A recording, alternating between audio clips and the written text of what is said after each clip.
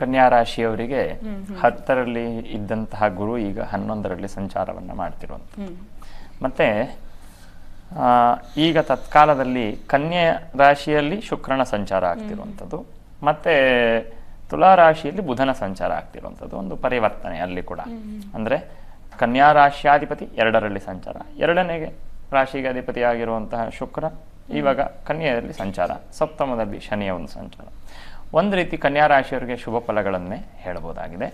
ಯಾಕೆಂದ್ರೆ ಕನ್ಯಾ ರಾಶಿಯವರಿಗೆ ಕೆಲಸದ ವಿಚಾರದಲ್ಲಿ ಯಾವುದೋ ತಗೊಳ್ಳಕ್ಕೆ ಆಗದಿದ್ದಂತಹ ನಿರ್ಧಾರ ಎಲ್ಲಾದ್ರೂ ಸಿಕ್ಕಾಕೊಂಡಿತ್ತು, ಈ ರೀತಿ ಮಾಡಬೇಕು ಅಂತ ಯೋಚನೆ ಮಾಡಿ ಅದು ಮುಂದುವರಿತಿಲ್ಲ ಅಂತ ಅನ್ನೋರಿಗೆ ಈ ಒಂದು ಗುರುವಿನ ಒಂದು ಸಂಚಾರ ಕರ್ಕಾಟಕ ರಾಶಿಯಲ್ಲಿ ಏನಾಗ್ತಿದೆ ಅದು ಒಂದು ರೀತಿ ಅವರನ್ನ ಮುಂದುವರಿಸುವಂತಹ ಒಂದು ಸಾಧ್ಯತೆ.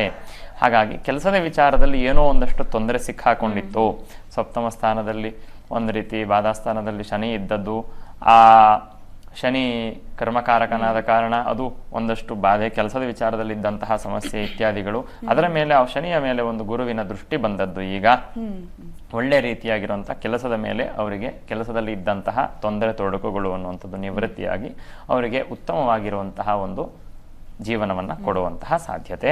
ಕುಟುಂಬದಲ್ಲಿ ಒಳ್ಳೆ ರೀತಿಯಾಗಿರುವಂತಹ ಸುಖ ಶಾಂತಿ ನೆಮ್ಮದಿಯನ್ನು ಲಾಭವನ್ನು ಕೊಡುವಂತಹ ಒಂದು ಸಾಧ್ಯತೆ ಅನ್ನುವಂಥದ್ದು ಕನ್ಯಾ ರಾಶಿಯವರಿಗೆ ಸಹಜವಾಗಿದೆ. ಕನ್ಯಾ ರಾಶಿಯವರಿಗೆ ಏಕಾದಶದಲ್ಲಿ ಎಲ್ಲ ಗ್ರಹಗಳು ಶುಭ ಫಲವನ್ನೇ ತಂದುಕೊಡ್ತಾರೆ. ಅದರಲ್ಲೂ ಎಲ್ಲ ಗ್ರಹಗಳಿಗೂ ಈಶ್ವರ ಕಾರಕನಾಗಿರುವಂತಹ ಒಂದು ರೀತಿ, ಎಲ್ಲ ಗ್ರಹಗಳಲ್ಲೆಲ್ಲ ಈಶ್ವರ ಅಂತ ಹೇಳುವಂಥ ರೀತಿಯಲ್ಲಿ ಗುರು ಏನಿದ್ದಾನೆ ಅವನು ಏಕಾದಶ ಸ್ಥಾನದಲ್ಲಿ ಅತ್ಯಂತ ಶುಭ ಫಲಗಳನ್ನು ತಂದುಕೊಡ್ತಾನೆ.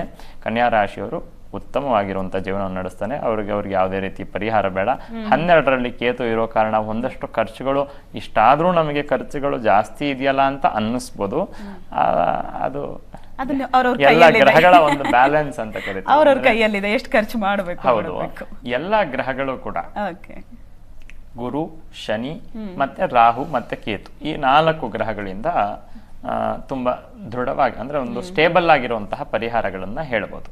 ಹಾಗಾಗಿ ಈ 4 ಗ್ರಹಗಳಲ್ಲಿ 2 ಗ್ರಹಗಳು ಶುಭ ಸ್ಥಾನದಲ್ಲಿದ್ದರೆ 2 ಗ್ರಹಗಳು ಸಹಜವಾಗಿ ಅಶುಭ ಸ್ಥಾನದಲ್ಲಿ ಇರ್ತವೆ. ಅಂದ್ರೆ ಪ್ರಕೃತಿ ಕಂಪ್ಲೀಟ್ ಆಗಿ ಎಲ್ಲವನ್ನು ಸರಿ ಎಲ್ಲದು ಬ್ಯಾಲೆನ್ಸ್ಡ್ ಆಗಿರ್ಬೇಕು. ಹಾಗಾಗಿ ಶೀತ ಉಷ್ಣ ಎಲ್ಲ ಬ್ಯಾಲೆನ್ಸ್ ಆಗಿದ್ರೆ ನಾವು ಹೀಗೆ ಕೂತ್ಕೊಳ್ಳಿಕ್ ಆಗತ್ತೆ, ಯಾವ್ದಾದ್ರು ಒಂದು ವೈಪರೀತ್ಯ ಆದ್ರೂ ಕೂಡ ಆಗಲ್ಲ. ಅದೇ ರೀತಿ ಕೇತು ವ್ಯಯಸ್ಥಾನದಲ್ಲಿ ಇರೋದ್ರಿಂದ ಒಂದಷ್ಟು ಖರ್ಚುಗಳು ಅನ್ನುವಂಥದ್ದು ಸಹಜವಾಗಿರ್ಬೋದು, ನಿದ್ರೆಯಲ್ಲಿ ಸ್ವಲ್ಪ ಸಮಸ್ಯೆ ಬರ್ಬೋದು, ಈ ರೀತಿ ಆದದ್ದು ಇರ್ಬೋದು.